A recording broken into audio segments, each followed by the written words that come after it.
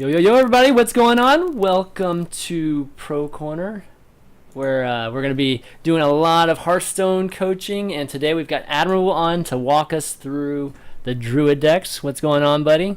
Howdy, it's going pretty good. A little exhausted from the past couple of things I've been having this week, but overall I'm feeling pretty great. I'm ready to play some Hearthstone.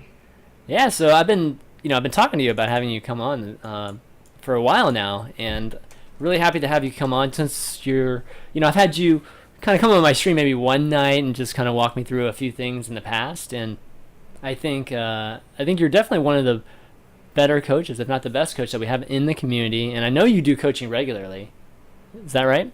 Yeah, I coach regularly. It's pretty much it's like a very supplemental income for me. Mm-hmm. It pretty much keeps me afloat right now. But yeah, I sort of I don't mean to brag, but I do tend to agree with you. I have a lot of history with coaching poker and coaching Magic, and it translates really well to this game because the 6 or 7 years I spent coaching those other games Mm-hmm. has now come into a point where not only am I better spoken in my age and wisdom, but Mm-hmm. Hearthstone also makes a lot of sense to me. So the coaching comes very naturally, and my experience really helps me kind of tune in with my students and Yeah. really understand what's going on. And it's also just like a methodology sort of thing. Like I've done so many coaching things at this point that I really have a very strong order of operations to go through. Yeah, and I mean that's part of the same skills that makes you such a great caster too. We all know how great of a caster you are. So I am, really excited to have you come on, kind of show everybody what you do, and I don't know, maybe you'll get some more people asking for coaching too after this. That'd be Yeah, sure. amazing too. But yeah, so anyways, guys, we're gonna talk about two decks today. In the past episodes we've only gone through one deck, but Admirable actually thought it'd be kind of cool to obviously go through one deck and then maybe present a different deck and just kind of talk about maybe the situations you would use it, given that Druid has 3 or 4 variations that people use right now. So that's what we're gonna do today, and let's start off by just talking about the deck itself. Let me bring it up here real quick. But are any things that you want to talk about the Druid class in general before we get started here with the deck? Well, Druid is a class that I think is unique because while its builds will tend to look the same, the flex cards that you choose to use really drastically change the direction that you're taking your deck. Mm-hmm. So the biggest one that comes to mind is the difference between using Sun Fury Protector and not using Sun Fury Protector. Okay. Yeah. So when you're using Sun Fury Protector, typically it's because there's a little bit more aggro heavy metagame. So not only does the extra 2-drop help you, but the potential to taunt up later helps you a lot too. Typically when you're playing Sun Fury Protector as well, you'll play a couple of other taunts. So in this first one we have, there's a couple of very strange cards in here, which I'll get to. But the main focus of this deck I want to talk about is the 2 Argent Commanders. So Okay, the 2 sure. Argent Commanders indicate that you want to be putting a lot of pressure on your opponent and really pushing to end the game at the turn 9 spot. Mm-hmm. So Argent Commander really fits that bill because he fits naturally in your curve as well. So you're looking at a Wrath on turn 2 or a Hero Power into a Harvest Golem, Chillwind Yeti, Azure Drake, or Druid of the Claw, and then Argent Commander. And then Mm-hmm. looking to push the game after there. So with this list, there's a couple of things to keep in mind about how you play that are very different than if you're playing a more traditional Druid list where you're looking to control the board a lot more and kind of work from there. So Soul of the Forest gives you a lot of Yeah, leverage. Soul of the Forest is the big card that stands out right now. Okay, so with Soul of the Forest, it gives you a lot of leverage going into turn 9, because one of the biggest ways to disrupt Druid from being able to force the nature and Savage Roar is actually just kill all their stuff. Because part of the strategy with this build is what I've been doing anyway, and having a lot of success with, is you actually just kind of ignore their minions, Mm-hmm. and you just punch them in the face the whole time. So you Right. just don't attack Yeah, minions yeah. with Harvest Golem, you don't attack minions with Chillwind Yeti or Druid of the Claw, or you just charge everything and just go for their face. And what ends up happening is you effectively turn all of your minions into minions that have taunt, because over the course of all of this charge damage, they start Right. realizing that I actually have to kill his minions, or he's just going to kill me with Savage Roar alone. Mm-hmm. So when they Right. start killing all your minions and you get to the turn 8 point, playing a third minion in Soul of the Forest puts them in a position where they actually just can't clear your board. So Right. it sets you up for Savage, or for us, yeah, for Savage Roar. almost 100% of the time. That makes yeah, that makes absolute sense And because then it's not a very flexible. I'm sorry to interrupt you again, but okay. it's not a very flexible card. It's literally meant for that purpose. And it's pretty rare that you can do things like just Soul of the Forest and then trade your opponent's board away and then end up with 2/2s. Hmm. That's a pretty rare circumstance to come by, but it does happen. And sometimes it ends up like a kind of a weird dead card in your hand. And so the major conflict when you play, I think, with a card like Soul of the Forest is whether or not you want Big Game Hunter in your deck, because I think one of the worst circumstances you can come across is that you draw both of those cards and you just actually don't have enough minions rolling on the board to really get the job done. Yeah, I mean, there's plenty of other minions in this deck, so two cards, that's usually okay to have that potentially are situational like that. But with Soul of the Forest, it sounds like you have to play it late game. It's not one of those cards you'll play like on turn 6 or anything like that, right? It's more like turn 8, turn 10 type of thing. If you have enough minions out, I think it's worth it. Or if you Mm. anticipate your opponent doing something like a Flame Strike, or like they're low enough to do like a Molten Giant Shadow Flame or something like that, Hmm. I think playing it's fine because that's the other purpose it serves, is being able to protect yourself from a board sweep. How many minions do you think it's from a value standpoint? It's I worth think two. I think two is just at least two. Okay, yeah. all right, that makes Like sense. using it on one is like you'd have to have some pretty strong evidence to, to justify making a 4 mana 2/2. Right. But I'm certain the circumstance exists. But the major point is that its purpose is to set up for a Savage Roar the following turn. Hmm. It's sort of like a checkmate card. Like Right. you're gonna have them, and then this card kind of ensures it. What was in the deck before for Soul of Forest? I've tried a lot of things in that spot. Like it was a second Sunfury Protector for a while. Yeah. And then before it was that, I was toying with all kinds of stuff. Like you notice, there's no Black Knight in here. Oh, that's right. Okay. Uh, Yeah, Black Matter. there's no Cairn. There's no Stranglethorn Tiger. Stranglethorn Tiger actually was kind of what started to tip me off to Soul of the Forest. Was that it was a setup card, like on turn 8. Hmm. So that by going into turn 9, you had Force of Nature Savage Roar, and it was 21 damage. Yeah. And I was like, I was very dissatisfied with Stranglethorn Tiger. It wasn't like it was bad. It just didn't feel like it was doing what I needed it to do. Hmm. But Soul of the Forest like kept protecting me, and it was like I actually played a best of 5 with Chalky earlier this week, and Blackout was in Skype with us, and they thought that I was trolling them with that card, and Chalky was really upset that Soul of the Forest was the card doing the job because I actually beat him with it 2 games in a row. No, it's Um, nice. I mean, it guarantees that you're going to have something on the board for the it's the weird. following turn. It's really weird, and it requires a lot of feel to it, but Hmm. it's really just not that bad. Yeah. So just before you guys dismiss it, and you're like, I can't believe Admirable's playing Soul of the Forest. He's out of his mind. Just try it. It's really not that. There are times when this card isn't good, but Yeah. it's worth trying because you can find out pretty early on whether or not that circumstance is reasonable in this metagame. Okay. Well, let's talk about mulligans. So, obviously, mulligans for specific matchups, those are a little bit different at times. But from a general standpoint, outside of like Innervate, which are really obvious, are there any other cards in this deck that you'd like to start out with, even if it means after you've mulliganed everything and you end up getting the card, but it can still Sure. be nice. Well, obviously you obviously always keep Innervate and Wild Growth. Yeah, It's pretty right. much impossible Yep. to ever look Mhm. at those cards. Cards you don't mind having. You don't mind having Wrath, Sunfury Protector, Harvest Golem, and Keeper of the Grove. I think. Okay. And everything else is sort of it's flexing to whatever your game plan is, but those are really your core cards because they define almost 100% of your early game. Hmm. Like Keeper of the Grove is great, I think, in every single matchup except Miracle Right. and Just out of reach. of Harvest that three. Golem. I can't think of a single matchup where I wouldn't mind Keeping him. or Yeah. like where I would mind having Harvest Golem. That's right. Even though there's a lot of matchups where I very often don't keep it because Mhm. it's so important to have Innovator Wild Growth.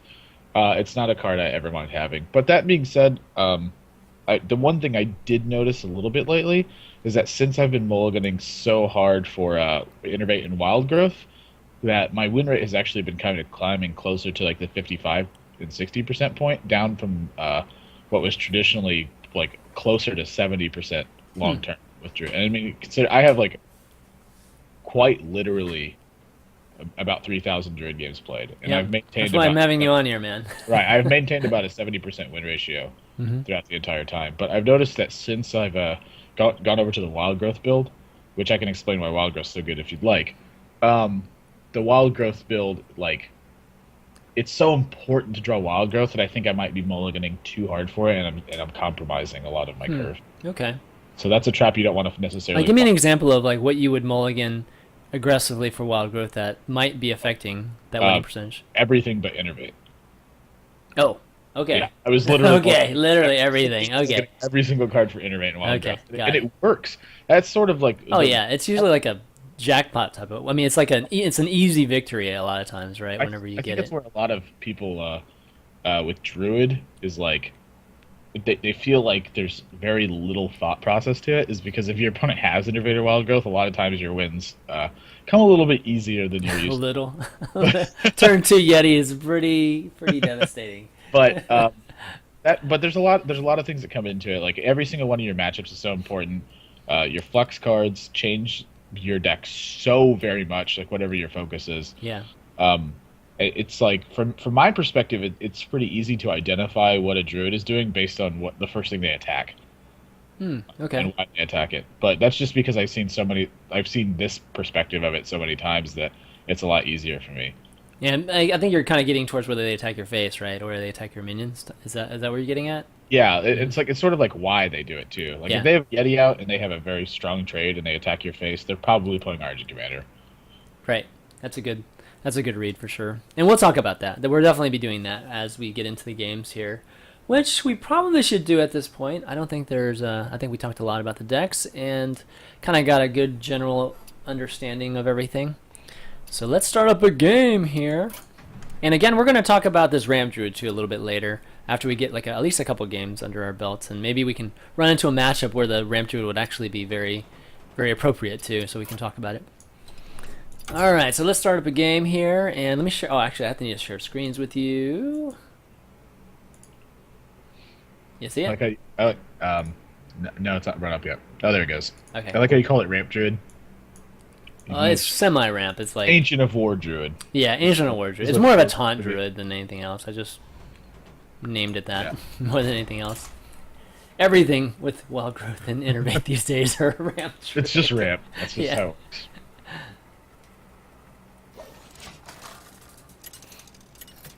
There's Ancient of Wars, man. They're tough. You don't got the Black Knights. All right, so here we go. Obviously, I want to innervate all of it. I mean, just mulligan all this, right? Yeah, you want to innervate all of it. I do want to innervate all of those things eventually. You're a Druid master. That's right. Okay, here we go. Bye-bye. 5s and 6s. Let's see what we got. Oh, there's an innervate. There's an innervate. Okay, so let's talk about innervate Harvest Golem play. I used to do it a lot, and I'm curious if I should go back to doing it a lot.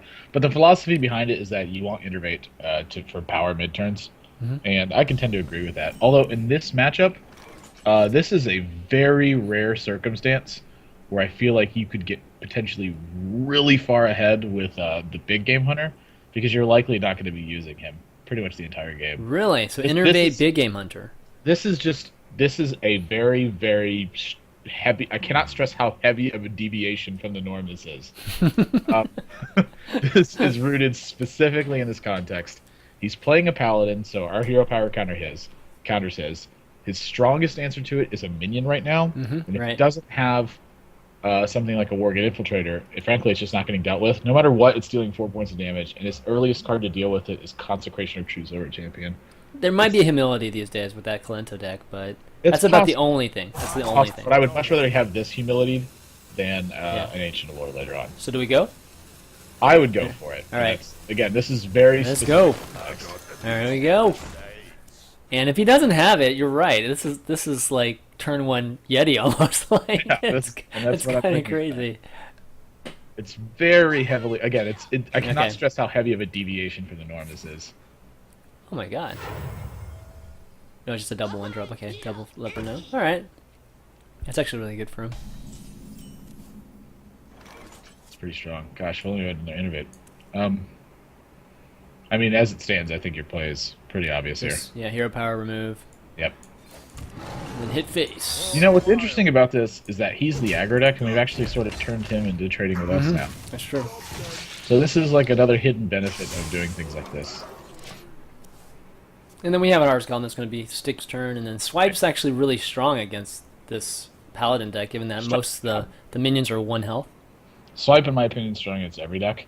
Mm-hmm. I actually used to keep Swipe, but keeping Swipe does 2 things to you. The first one is that it takes away from your potential to have a strong minion curve. Mm-hmm. The second one is that while it's strong, it's not necessary, and I think that's where a lot of people get lost in these kinds of matchups. Is sort of understanding the difference between good to have and needed.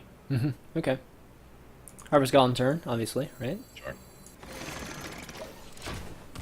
How often do you play Sun Fairy Protector turn 2? Very often. I play it almost every time I have it available and don't have a Wild Growth or an Innervate play. Okay. Yeah, I figured so. Alright, turn 3 for Paladin. Outside of Aldor... Actually, this is an aggro deck, so they could have a lot of things in this one. Yeah. Oh, well, Aldor is the one that is very common. It wouldn't surprise me to see it here. Alright. Now, the question here is whether or not you want to swipe. Yeah. I think the answer is no.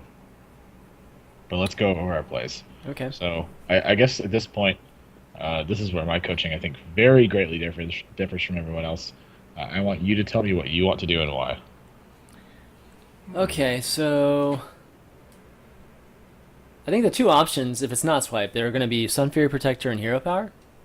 And if I were to do that, I'd probably attack face with the 1/3, and set up a potential value for swipe either turn 5 or turn 6, or else you could actually keep her here. You could keep her here and remove the 3/3. Keep giving yourself a 2/1 and 2/4 on the board.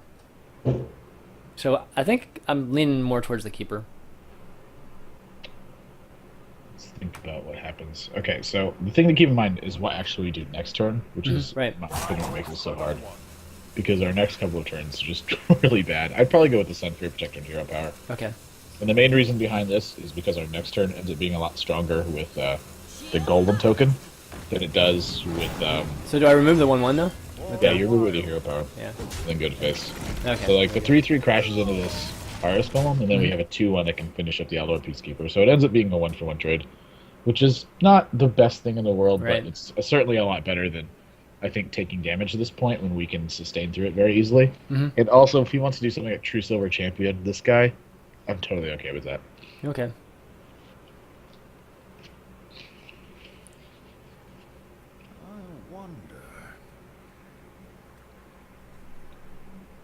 Yeah, True Silver turn 4 is generally a huge play for the Paladin. Alright, that's good. See what else he does. Oh, okay, that's really good for us. Wow! That's incredibly good for us. Yeah, actually. I think, well, that draw is incredibly good for you as well, by the way. Yeah. Yeah. Alright, so Wild Growth, Hero Power? Yeah, I would Wild Growth Hero Power. Yeah.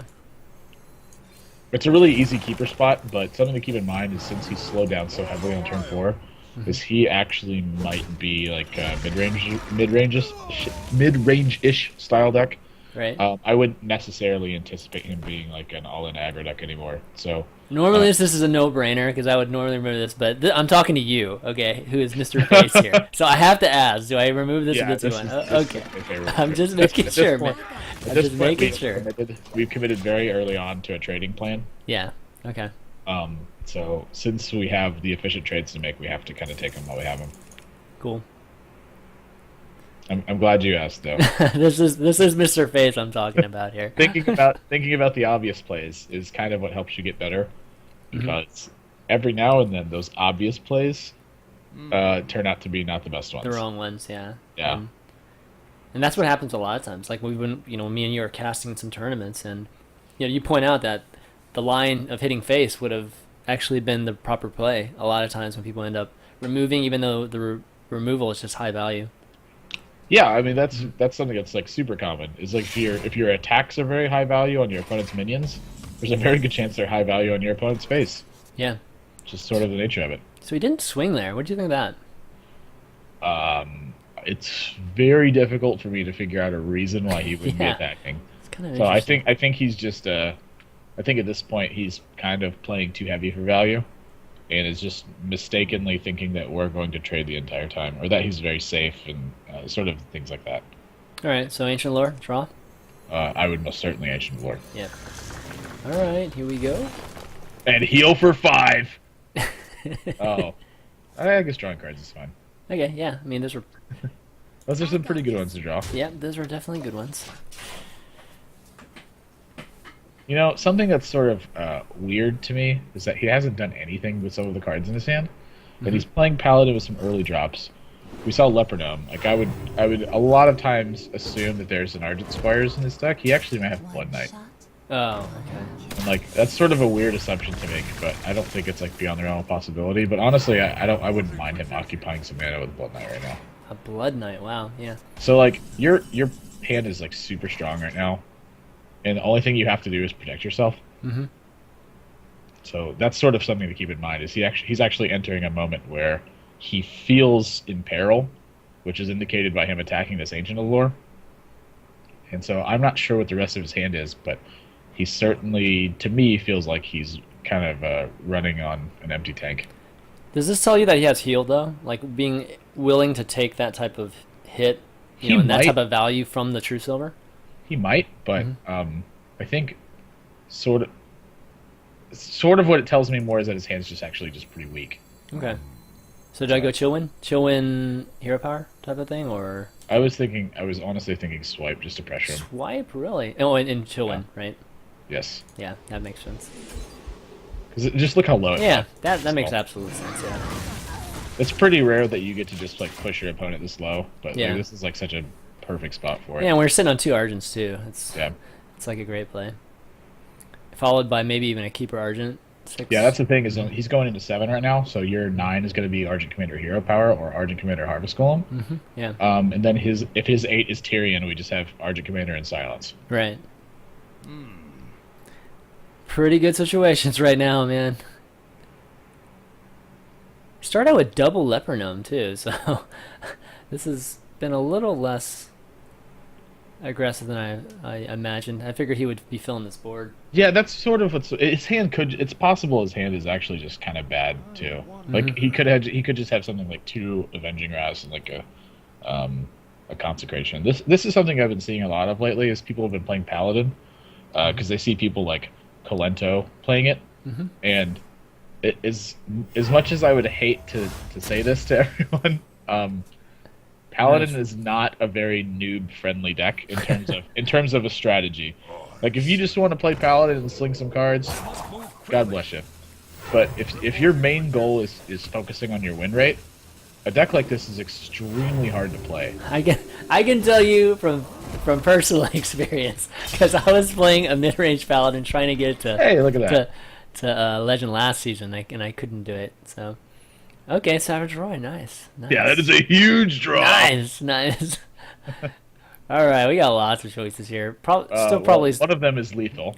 Oh, is it lethal? Really? It's plus 2/6. Oh yes. Oh yeah, 6/10 and then the Argent. Yeah, this is something you need to do every turn with Druid, and with any deck for that matter. Okay, well there you go. Confirm Sniperino. Exactly. This is something you want to do. Oh wow! Golden River Croc. The first time I got one of those, it felt so great. What, the Golden River Croc? Yeah, you're sharing my joy right now. Okay, nice. So one of the things you want to do with your decks when you're getting into sort of the later stages of the game is actually just counting your damage. It's something that turn. I fall victim to a lot when I'm streaming because I'm focusing a lot on my chat and I love communicating with my chat. So like one of the things you want to do is make sure you actually just count all your damage, because you would be very surprised how often even very good players miss lethal, simply because they fall into this rotation of just beating their opponent up all the time by just crushing them under value, that they're not paying attention to life totals. Yeah, in fact, you should probably do it as a routine just every single turn. I mean, I'm obviously really bad about doing that too. But let's talk about this matchup. So he just mulliganed 3, and does that tell you anything? Does it tell you that's handlocked? Does it? A lot of it Anything? is so dependent on who he is as a person that Hmm. it could be either way. Like if he is someone like Chalky, he's going to mulligan for um, Flame Imp almost every single time. So Okay. mulliganing 3 cards in Zoo wouldn't be that surprising. But if he's just a person who likes to play Handlock, there's a good chance to play Handlock. All And right. that So being what do we said, do? I think Wrath. This is one of those few matchups where Wrath is an important card because it serves such a flexibility. But if you're going to keep Wrath, you certainly would keep Harvest Golem. That's the only Okay. caveat to So that. so like this. I would definitely keep Wild Growth as well. Oh But shoot. you remember I how we were dropped it. talking about I you? know, but I wasn't sure there. Yeah, Ran out of time there. My bad. yeah. If I'm not touching on a card, it means it's probably safe in your hand. Okay. Okay. We'll remember that next time. So Wild Growth's even good against. Oh, I guess it is. It's still good against Zoo, depending on the big minions. The faster you get to those big minions, obviously against Zoo, it's good. Okay, so it is Zoo. Where would you play Wild Growth? Like right now? I mean, would you play it just right up front? Honestly, it fits in turn 5 into like turn 3 or 5 a lot. Okay, 3 or 5. Okay, got it. All right, so turn 1. Question is whether to coin Wrath or just to wait. Well, if you coin Wrath, your curve is gonna suck really bad. Yep. So, I guess let's play through our turns right now. This is like a really key point where you have to decide what you're doing pretty much through turn 4. Okay. So we pass? Right. Well, I want you to tell me what Oh, you're going to what be we're gonna doing do? Okay, yeah. So depending on what comes out next, probably be I'd be wrathing. There might be some weird case where like I don't know a priestess comes out or something, and maybe I consider hero power, but it's probably gonna be wrathing either a 3/2 or maybe a knife juggler if it comes out. It usually comes out around that time, followed by a option to coin into to swipe or Keeper of the Grove. Might be Keeper of the Grove actually if the imp's still alive. Yep. Um, I like your plan. yeah, so we'll just do that. But you have the option of just throwing down the Harvest Golem too, Yeah. and it'll still stick. So Part lot of part good of part of what's happening here is that this is actually one of the few points of the game where you can afford to use your life total as a resource. So now is the time you want to do it if you're going to do it. yeah, all right. So I'm gonna rat that knife juggler. Yeah. Here's something interesting to know. I'm going to talk through this turn because a lot of stuff is actually happening here, and Okay. there's a lot of merit to, I think, to coining Harvest Golem, but there's a lot of pitfalls in that as well. So if you coin Harvest Golem in this spot and he has Shattered Sun Cleric, you're going to find yourself in a really bad spot. Yep. So I sort of touch on this a lot because when I say that the early stages is one of the only times you can actually use your life total as a resource in this matchup, this is not one of those points when your opponent has played 2 3/2s. Like if our opponent had played a Voidwalker, I think it would make a lot more sense because we're setting ourselves up for a pretty decent swipe this turn. Right. But what ends up happening here is that we would have wasted our coin, we wouldn't have wrathed, and we wouldn't be having a turn 3 keeper like we have now. Right. So all those things are coming into account when we're getting into this point, and those are the things you need to keep in mind. So the 2 things you want to be looking forward to whenever your opponent is playing a deck that has a lot of early game stuff, and just in general, honestly, is you want to be thinking about what your opponent's going to do and then how you're going to follow up to that, because that's really the only way to gain an edge in these kinds of matchups is anticipation and then correct response. Okay. No, definitely good points there. And this following turn, we're gonna have a similar predicament. And you did talk about if it was just going to be a Voidwalker last turn, we should probably play the Harvest Golem. So what do you think about this board right now for a Harvest Golem play versus a Keeper of the Grove play? I think Keeper's going to be better here, and it's a pretty easy identifier why. Yeah. So Keeper's going to be taking out the 3/2, but then more importantly is after he plays a minion on turn 4, we're going to be able to attack his Voidwalker and then swipe the fresh minion he played. Yep. So that's really coming into account here, and Moose seems to be really upset that you take your time. Oh yeah. So Yeah. It's unfortunate. He doesn't realize we're doing this right now. So. well, I mean, thinking is a natural part of the game. It's fine for anyone to think. You have 90 seconds to think, and by all means, you very often should. Yeah. This is something that I don't do very often when I'm streaming, again, because I really like to keep the stream rolling. But thinking about what you're going to do this turn and then the next turn is really important. So even if your play this turn is really obvious, you can just take your time and think about what you're going to do next turn after what he does. Yep. And then when you actually get to your turn, you've already thought about it. So you're just thinking a turn ahead of your opponent. Right. And typically in a game where your decisions are very finite, you're going to win more if you think more. Yeah, no. And I think it's good people points. forget that a lot of times. All right, so we're gonna go ahead and coin here Yeah. and keeper. Like we've already planned out what we're doing for the next 4 or 5 turns. Yeah, totally. Like, has our opponent done that? I don't know. He Oh, probably. he's playing Zoo, so.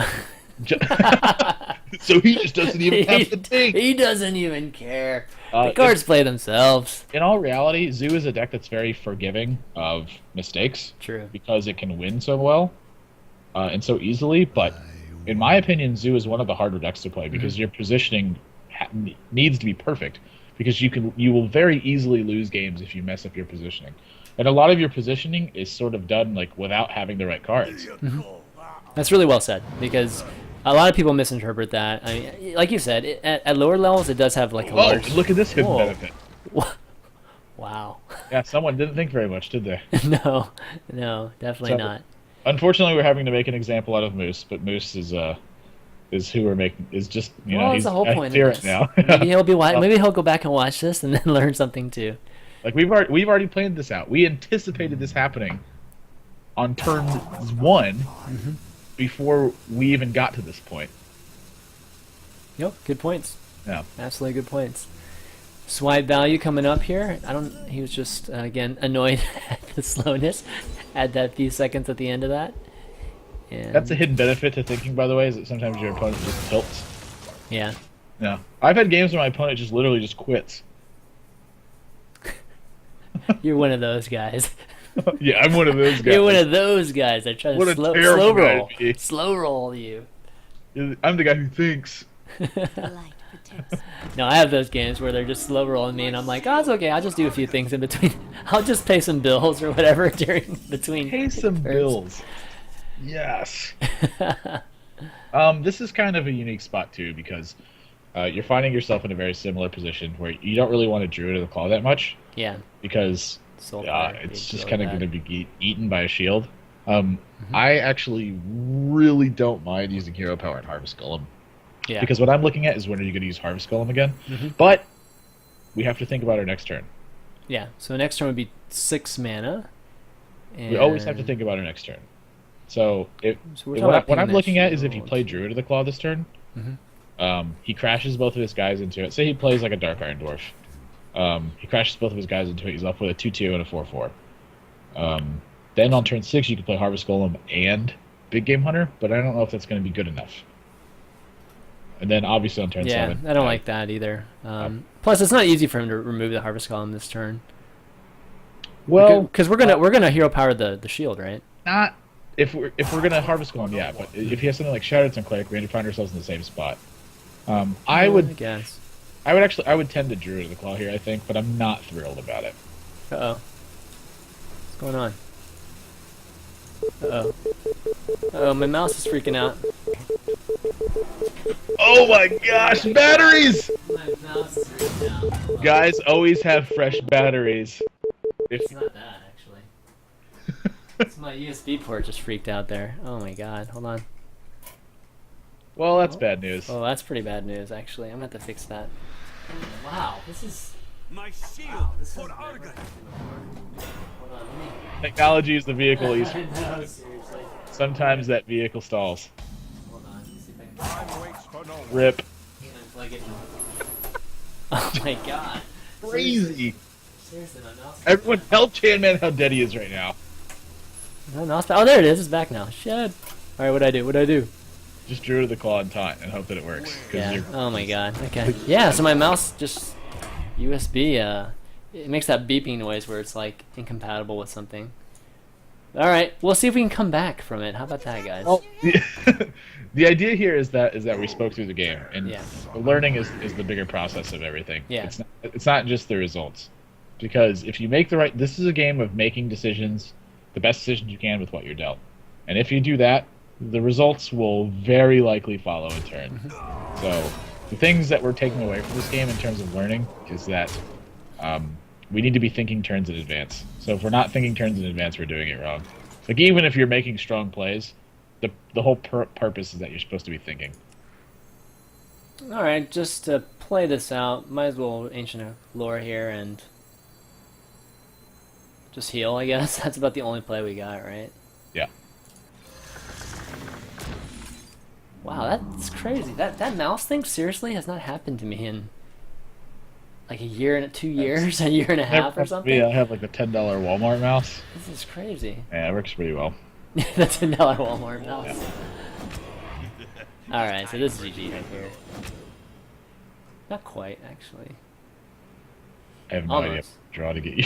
Yeah, I don't think I can even a swipe or we don't have down a swipe in this deck.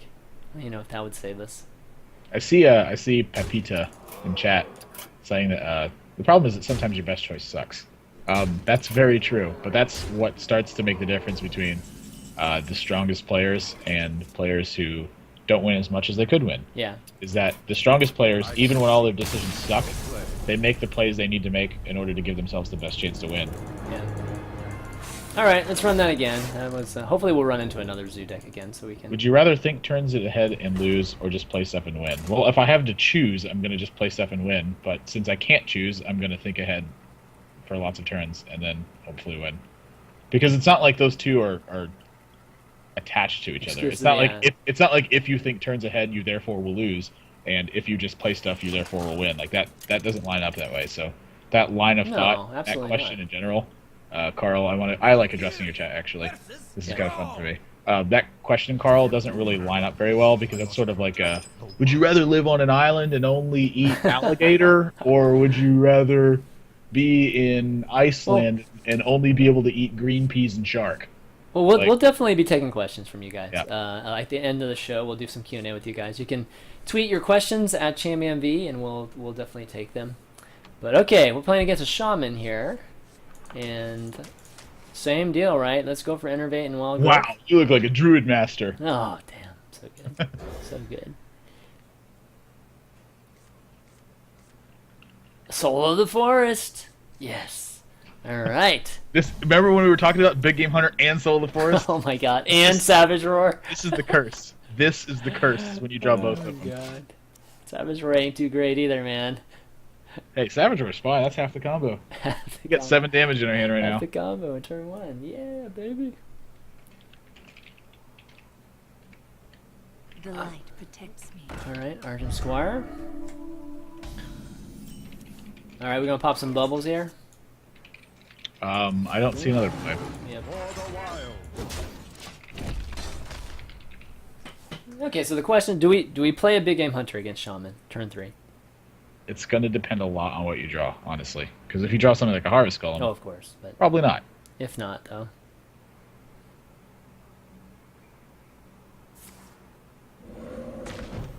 Finally, so Oh, it's a taunt. boom, got him. Got him. No. Whoa, Wild Growth. Well, I'm not playing Big Game Hunter Yes. anymore. Wild Growth into Druid the Claw possibly next turn. Yep. That taunt's kind of- annoying though. Yeah, the taunt is pretty brutal because if you play something like Unbound Elemental here, you're actually not going to be able to kill it. Yeah. And that's an issue. So what you're going to find yourself in is a position where you're going to have to risk making a 4/6 and it getting hexed. So that position is never very kind. Nope. Now this is This sort isn't of bad this though. is This isn't bad. this is oh my gosh. Wow. Now we have to think now. I hate thinking. Yeah, you hate thinking. All right, let's start walking through your plays and why. Okay. So, because we drew Wild Growth, we could Wild Growth, try to get Ancient Lore next turn to get some card draw, strong minion, and probably play the Big Game Hunter too, just to get something on the board. Or you could just Druid the Claw like we were talking, which you could go taunt mode here, possibly get hexed. And you don't want to go charge mode for sure, because you just lose it to Rock Bladder, Lightning Bolt, and this 1/1. So I would... Which actually isn't the worst thing in the world because you clear out 2 mana, you're getting a card from him, and you're getting 2 mana on the counter trade. So it's actually like 5 mana for 4 mana, plus I the see. potential to take away his damage. And we're also the problem with it is that he's rolling into turn 4, and he doesn't typically have a strong play on turn 4. So I'm reluctant to occupy his mana. Then I'd probably just go with Wild Growth and Big Game Hunter. Okay. Not very thrilled about it. The thing I'm worried about the most is Flame Tongue Totem. Yeah, that's true. I've got the beast in my sight. Job done. God, I hope Soul of Force somehow wins this game. I do too. That would be awesome. All right, see what he does Again, it's here. fine if you don't draw Big Game Hunter with it. The problem is drawing both. He does Yeah, get the that's flame the tongue. part. It's going to be That's great. what I'm worried about.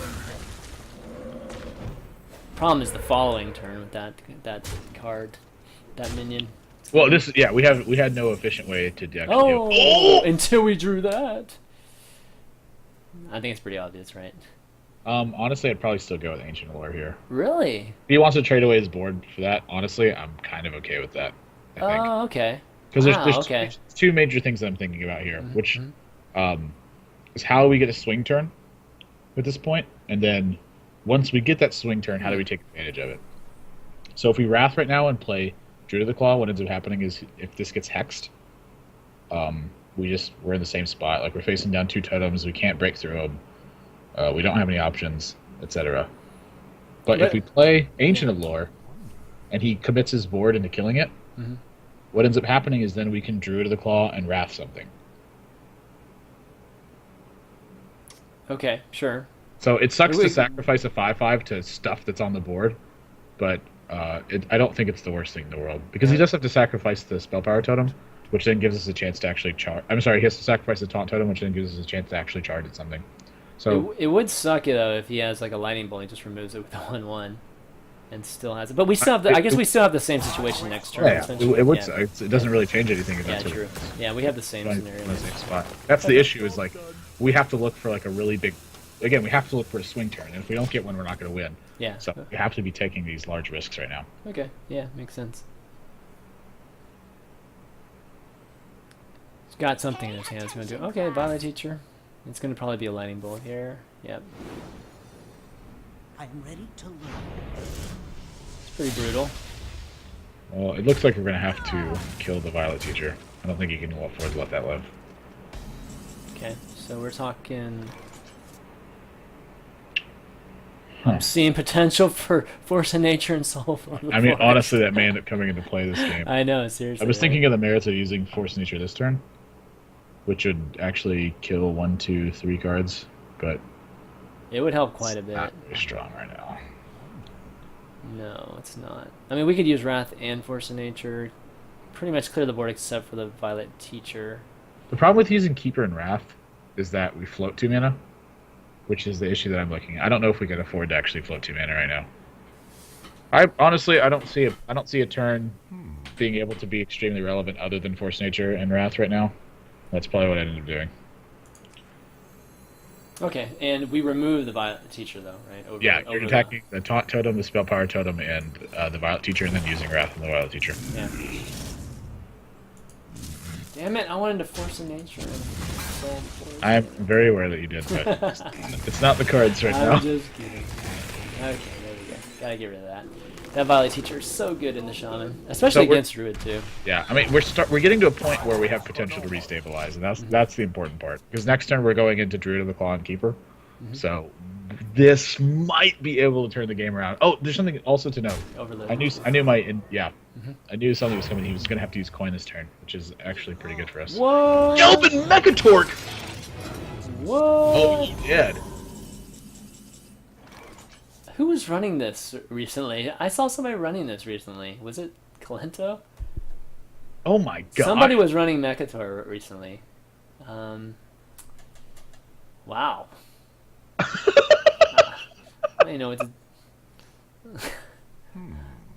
I don't even know what to say. Let's see.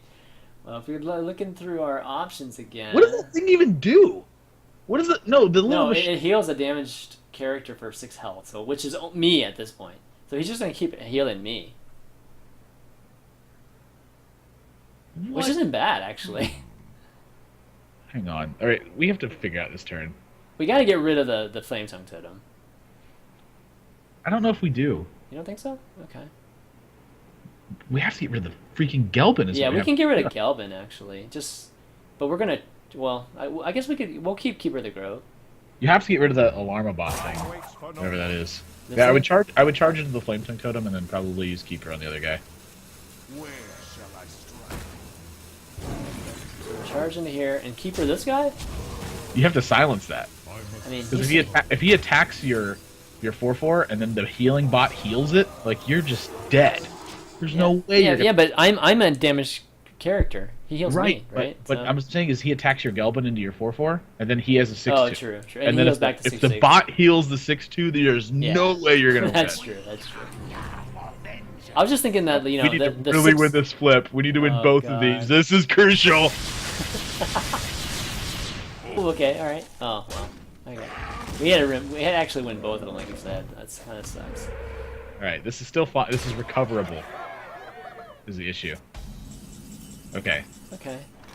this is a taunt turn. But first, I would play. You know exactly what. Azure Drake. Yep.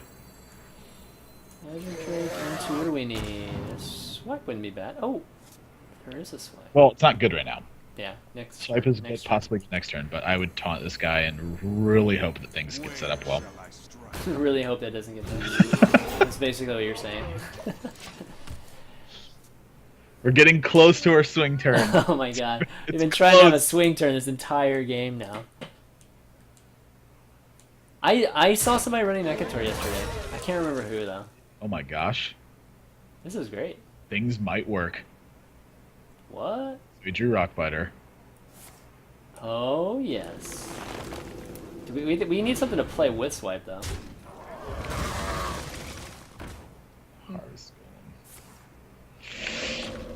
It's looking rough.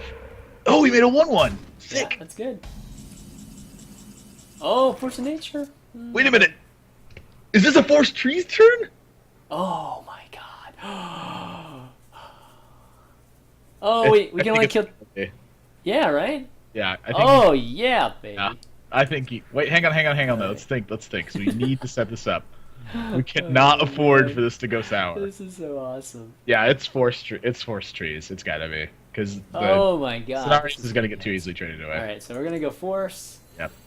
Okay, so we kill 6/2, kill the 2. Wait. You have to soul first.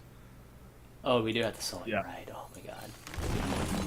Okay, so 6/2, obvious. And I would And then I would kick the Blood Mage away too. I really don't want him to be able to Earthshock these 2/2s coming up. And then 1/1, 2. Yeah, 1/1. All right. Good luck. Yes, value, man, value. I've actually never done that, but that's not that bad. It's not, isn't it? It's pretty cool, especially well, obviously if you need it for the combo, which we just sacrificed. No lightning storm. Okay, I don't think he doesn't have it. Oh, that's Wait a minute. that's not that bad actually. Hey, you can just trade the whole Yeah, board. exactly. Oh, sweet. Yes. There we go. All right, let's think about. Okay, so swipe, Yeah. Yeti, hero power, right? That's what it looks like to me. Oh my god, this is beautiful.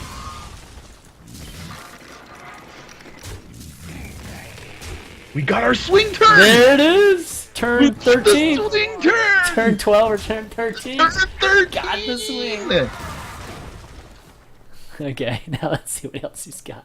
Has he used even a fire elemental yet? No. I don't think so. He's playing Legendary Shaman. He hasn't even used a hex yet. We're out of the combo. This is Yeah. gonna be rough, man. This is gonna be rough. It stinks a little bit. Oh, that. We have stings a Scenarios. lot. If he doesn't have a Hex, I think we're in pretty good shape. Well, the fact that he have Onyxia makes me think he might have Bloodlust, actually. Let's see. That's a really terrible draw right now, but it's cool. I Yeah. mean, this is our only I mean, play. we have no choice. So. Good luck and God bless. God bless America, man. That American flag behind you. In that picture. Bloodlust. See, look at you thinking ahead. I think it is. Because I've done it before. I've run Onyxia because I ran the Bloodlust and Shaman before. Oh my gosh. This guy has had I'm so just dead. gasoline the entire time. We need another Ancient Lore stat. No! Oh, come on. This is not even close at this point. Alright, we got blown out of the water here. Yeah, we got blown. And a lot of this Oh. is on the back of us fighting from behind the entire time. The important part to think about in this game was that we did the most we could with what we had. You need to draw a card here, by the way. You're just never going to win if you don't draw a card. What should I use it on? Keeper. I'm sorry. You The wrath the. 6/3 still, right? So I Oh, can. yeah, so you can keeper it if you potentially draw it. Yeah.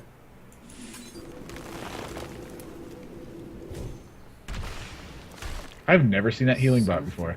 All right, just go ahead and back it on. Let's play another one. Yeah. And the important part is that you're making the most with the decisions we had in front of you. So sort of someone touched on the problem is when all of your decisions are crappy. This is one of those games where all of our decisions were crappy. But the point was we kept looking for a swing turn. It's something that's really important Yeah, that's... for Hearthstone. Because coming from a Magic background, I got into Hearthstone actually because it felt so much like Magic from a rules perspective. But when I was actually playing it, with a game, it feels a lot more like a chess variant to me, in that you're constantly looking for a spot where you can checkmate your opponent. So as a result of that, it's like you want your opponent to like fall into a trap, and then you kind of like you punch back, and then you have them. That's the goal you're getting for. Yeah, no, that's a really good. That's a really good example because, you know, with a lot of these decks, you can have such huge bursts at the end too that you can pull out these crazy comebacks in 2 turns a lot of times, which is different than what you're talking about with Magic, so which is cool. All right, so we're gonna throw those away. We're playing a Paladin again. Oh, so again. It's gonna be one of them days, dude. I don't mind having it. I think I think it's good. I think this is one of the matchups I think where it's the best is because it helps protect you from. Oh, never mind.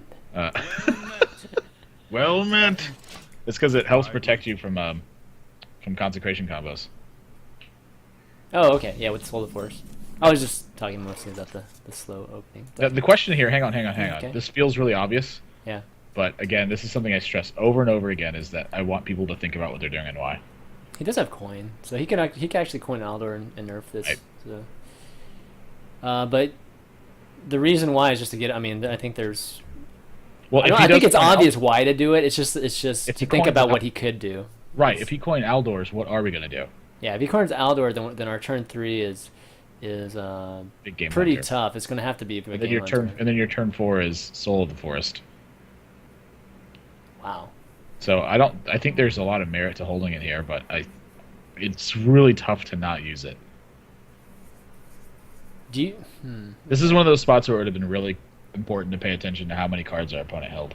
Yeah. All right, let's hold it then. Let's just hold it, since it's not the obvious thing. Okay, let's do the experimentation. No, I mean we'll just go through it because I think that's valid. It's definitely something I wouldn't have thought about and done for sure. So this is good. If you had a Wrath in your hand, I think a lot of it would change. Yeah. No, but I when I'm playing Paladin, I mulligan for Alador and equality against Druid for that reason. So definitely makes a lot of sense here. Okay, so this is what we were talking about, Big Game Hunter, and unless he's running an Archer, it's not easy to remove this guy. I think it's fine to Big Game Hunter here. I think it's totally standard. Yeah, there's not many. There's no targets Outlaw either. Peacekeeper, I think we're okay with it. Oh yeah, totally. In fact, it'd be great if he outdoored this. I think I play this card as a 4/2 more than anyone else in the world. I mean, against Just never hold it. against a couple of these decks that we've played, there's no targets anyways. You know what I mean? Like, there's no targets in the Paladin, and then the Shaman. You kind of have to get pretty lucky for a Flame Tongue, Fire Elemental type of play. All right, so this is. Let's see. We do have Innervate, but can we use Innervate here? Get him, ChanManV. No, Punish we him. can't. No, we can't. All right, Yeti time. Oh, do we Yeti here? Yeah, we Yeti here. And then we hit face. Bam. Whatcha? Oh, it'd be so nice to have a swipe right now. All right. Well, the key here is why we're attacking his face. It's very easy. Yeah, there's no need to trade. He has to trade that. Yeah. Throw power the 2/1 and Harvest Golem and keep punching his face. Punch, punch. If we drew a swipe, would we innervate swipe Harvest Golem? It's tough to say. Well, we did draw a Wrath. I don't know if that Wrath is supposed to draw a card or not, though. This is kind of tough. Start talking. I don't think. I God, want you to talk through everything. the Wrath draw is pretty important. especially when we're not sitting on an Ancient Allure. But we would lose the board going into a turn 5. He could have a True Server still, even though he didn't use it there. That's still a possibility. It's a Drake. It could be a Drake play too. Honestly. You think there is no? I think it's pretty unlikely that he is. Okay, so it could be a Drake. The Drake could be the feels play very there. natural. Yeah, and if he plays the Drake, then we should at least get the Harvest Golem out here. So and remove this. So I think we have to play a 3 damage here. Okay, I agree. Yeah. The board presence is what we're still fighting for right now. Yeah. And it's a little tricky against the Paladin too, because they have such great board removal. Whoa! Hang on. Face or what? You're definitely Time waits for no one. Right here, right? all right. I'll attack that. You got me. Do you think I should attack face? The other option? It's just attack the 2-1. It's fine. Oh man, that's like It's an okay play. if it was like 2 damage, maybe I'd consider it. But 1 damage is that? I'd rather. I mean, he's not gonna buff anything on the board. I guess is one thing, but I don't know. It just makes it a little bit easier for him to remove the Harvest Golem. Truth is my shield. Okay. Ooh. Wow. Okay, so we can innervate Druid of the Claw Savage Roar here. Face, and then trade the Druid in. And Yeah. then he takes 4 plus 3. Takes 7, falls to 18. We only have 3 points on the board after that. It's not great.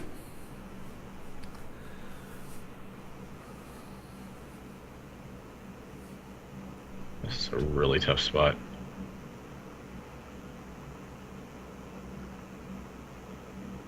Yeah, this is a tough. You might just be taunting on your own. Yeah, I think I so. really don't want to taunt here though, because I want the Soul of the Forest to come out before I taunt. Honestly, I would just force a nature. Just force a nature, really, and just remove the. Trade in the Yeti, and then trade in your guys, and then just keep going for face. Like it really sucks, but I don't think it makes a lot of sense to do anything else. Simply from like a times perspective. It's like we have to make something happen, and we're not going to be able to make something happen if we play a 4-6 taunt. Yeah. So like if we play 4-6 taunt this next turn and then innervate Soul of the Forest, we actually have something going. Alright, It's really funny that happened too, because I really thought about attacking that 1-1 just to avoid this situation because we needed the 2-3 so bad. But here we are. Reporting Okay. for duty. Okay, well, we can play Keeper or Druid here. And be left with Unfortunately, you have to go nothing. taunt. Yeah, unfortunately, you have to go into taunt mode, but you don't have an option right now. Yeah. Right. Can we go? Taunt. Do we just hero power or do we go Keeper? Yeah, we definitely hero power. Okay. We have to get some mileage out of the keeper. He's got a Sunwalker. He's got another Sunwalker for sure. He's got another Sunwalker for sure. He's got to, man. You always How run could you two. make that assumption? Because, like, there's not many You mean like Paladins run in one. his deck, not necessarily in his hand. Yeah, in his deck, Okay, not in his okay. hand. I was like, what? No, not in his, necessarily in his hand. In his deck.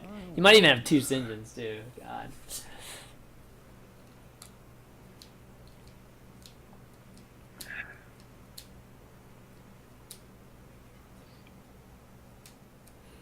All right, just wait and see what he's doing. But in the meantime, guys, we're going to be doing some Q&A at the end of this. Be sure to tweet your questions to my Twitter, @ChanManV, and we'll be reading them out and trying to answer as many as we can. Oh, is this a Kodo turn? Okay, at least it's not Kodo. Yeah, Jeez. Kodo would have been really That would have been pretty much over.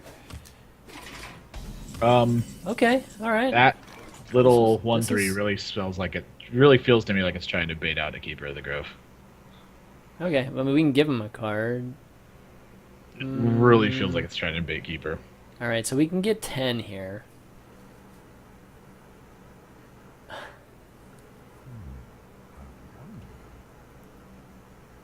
I mean, the Keeper is going to be good against Tyrion.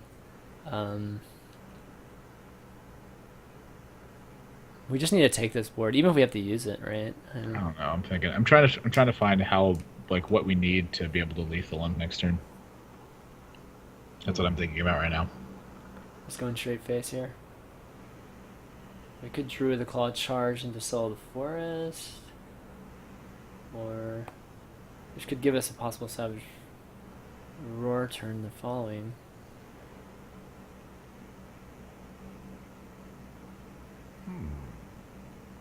I don't think we can lethal him next turn. Yeah, I like the Soul of the Forest charge. Where shall I strike? The Innervate Soul. Everything to face, right? Yep. At this point, we gotta take whatever small chance we got to win this game. Which Yeah, is, it's pretty. That's what sort of I'm thinking about. Is we're not going to be able to outcard him at this point.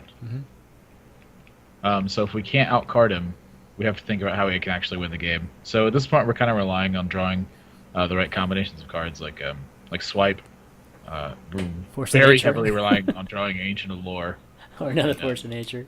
Force of Nature. We're not relying on Force of Nature, but it's like it certainly it certainly is a good card right It's now. in line so I'm with not what gonna we're knock trying to it. do, Yeah. that's for sure. Yeah. He's probably thinking about whether he should equality here. He's probably laughing at Soul of the Forest is what he's actually doing. But I don't think so. I think Soul of Force actually makes it really difficult for him. it does make it difficult, but Because he can't pyro it, so he... it's just a goofy unconventional card is all. But it works. It's kind of doing exactly what we need it to do. Let me. The good news is he can't clear the board with just what's there, so he'll have to... Okay, so he's going to quality. Yeah, he'll just... I guess clear those two guys and... Shield. Whoa! Argus. Let's move quickly. That's a strange play. Oh, look at that. That's cute. Wow. Okay, so I guess he didn't have very... He doesn't have a strong minion in his hand, that's for sure, right? I don't think he does anyway. Well, if he is Tyrion, we're going to end up losing the game. But we tried to keep the keeper as long as we could. For duty. Swipe, swipe! Oh, okay. That's a good draw. Yeah, you have to play that card. No, that's no. I'm trying to find any reason No. to not draw two cards. Not many It's just choices here. not Oh, yeah! Double. Oh, we just used the Innervate. Shit. You have a second Innervate though, right? That was our first Innervate. Was that our first one? Yeah. Oh, that was our first one. Okay, we have one more. Oh my Here- god. Hero power that guy. Alright, You easy. go for it. Easy. Honestly, here's a spot where you attack the 1/1. It's kind of weird as it sounds, but you're just What? trying to Really? protect that 5/5 right Okay, now. that's true. Well, I mean, Like- we're already within... Well, I mean, even if we attack two there, we're still out of range of the combo. Right. So we still have to set up a few hit points of damage. He does have, I would say, 3 heals in his deck. Play hands would be a weird play here. Okay, alright. Now we're talking. Okay. So we're getting somewhere. We're getting somewhere. We're getting somewhere, that's right. Well, I think you have a very obvious one right now. Alright, Yep. so he has no burst. I mean, this deck doesn't have burst from his standpoint, so... But he might have a Sunwalker. This deck does have Sunwalker in it. Yep. Harvest Golem. I don't see another play. Yeah, Harvest Golem, and just go face, right? I would kill the Or 2/1. 2-1. Yeah. For the wild. Again, we're just trying to protect ourselves from crazy stuff happening. And outside of that, I think you pretty much have it won. Yeah, even if it's the Sunwalker play here, it's not going to save him. I don't think it will. Let me see. Nope, it won't save him. 14, 18. Oh, actually, it might save him because it's such an odd. It's that 5 health.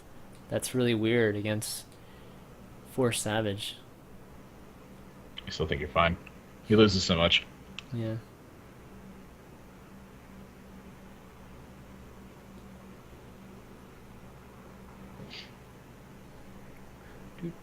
I'm having trouble finding a range of cards for him that actually wins the game here, because I feel like another Consecration or like a Avenging Wrath with equality is so often in his range with the way this game is played, or it's just something weird like Ragnaros and stuff like that.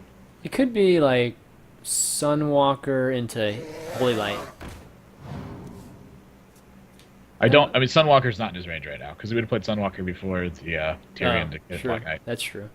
Yeah, just So to bait it out. unless first. he drew Sunwalker, it's just not in his range. Oh, okay, so there's still 5. And that'll do it. Soul of the Forest gets work done. Those 2/1/1s are actually really important. There's 2/1/1s. I'm sorry, the 2/2/2s are actually really important. All right, so let's do the math there, right? So Oh, you have it. It's like you have it and then some. hold on. Oh yeah, definitely, because these two guys Yeah. take it out by themselves. So all right, here we go. Feel nature's wrath. Take some damage. And all right, we got one, and that was you know, we were looking pretty bad there for a little while, and then you know, made that decision just to try to kind of figure out those 2 turns that could get us a win, and the cards came, thankfully, and we ended up getting that win there. Yeah, we keep finding ourselves in spots where we have Big Game Hunter and Soul of the Forest in our opening hand, but again, the idea is to make the best of the moments because you're not going to win if you just give up every time you're behind, and when you're ahead, you need to be really punishing your opponents for being behind. Yeah. So Good all stuff, those things man. need to be taken into account.